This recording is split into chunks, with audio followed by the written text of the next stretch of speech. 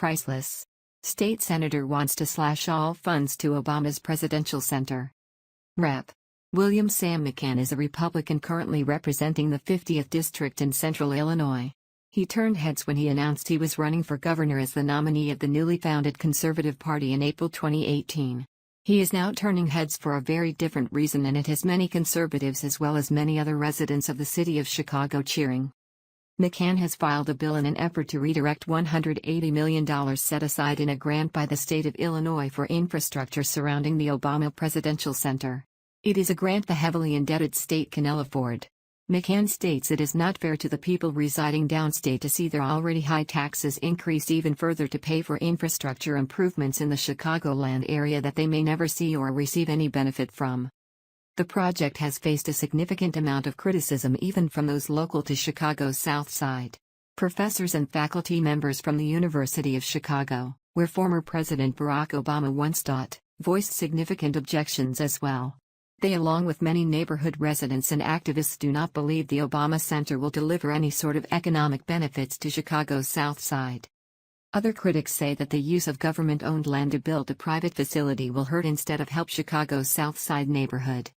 We remain steadfast in our opposition to the confiscation of public parkland for the Obama Presidential Center, which is a private facility, Charles A. Birnbaum, President and CEO of the Cultural Landscape Foundation.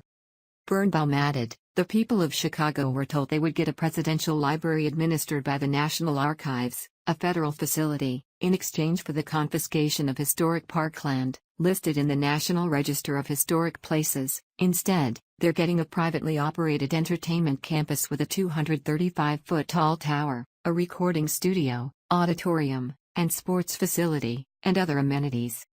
The Obama Foundation has stated that the proposed site on designated historic parkland would not be administered by the National Archives and Records Administration and would not function as a presidential library housing records, manuscripts, and papers from the Obama White House, as is the norm. Instead, the proposed center would include a museum, a public plaza, a library, and an athletic center, essentially functioning as a community center for the privileged. This announcement has sparked significant questions of just how useful is a presidential library if there is nothing for scholars to research housed within it. According to the Chicago Tribune, the Obama Library seems more like a playland than a presidential archive. The facility will house a children's play garden, sledding hill, green spaces for picnics and outdoor gatherings, basketball courts, and even a recording studio.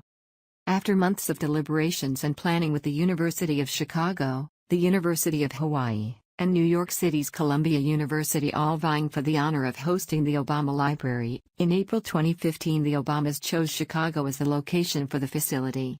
Yet many months later the University of Chicago is wondering if all they are actually getting is an overgrown community center.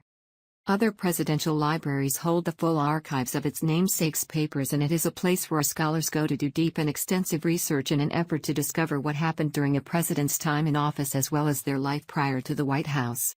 Many of Obama's classified documents are still in the hands of the federal government in Washington, D.C., but the remainder of his records are currently located in a suburban storage facility near Chicago.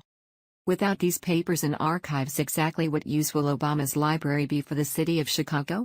Why would the state grant land, reduce the city's green space in a historic parkland, forego future profits from the parking garage, and force the entirety of the already overburdened tax-paying populace of the state of Illinois to pay for it? These are the questions McCann is asking, and he states it is the exact reason for the bill's proposal.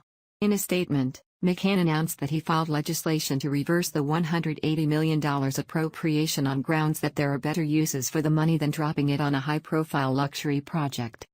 "I am calling on my fellow legislators to join me in making the fiscally responsible decision to put this $180 million back in our road fund," McCann said.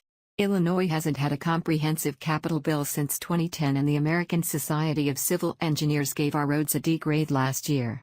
If we cannot provide central and southern Illinois with safe and efficient roads, we cannot afford to pump money into high-profile luxury projects. Citizens in central and southern Illinois are counting on us to make sure that their tax dollars make a positive difference in their lives, and that is what this bill will do, McCann added. It also sends an important message that we will support economic development efforts throughout the entire state.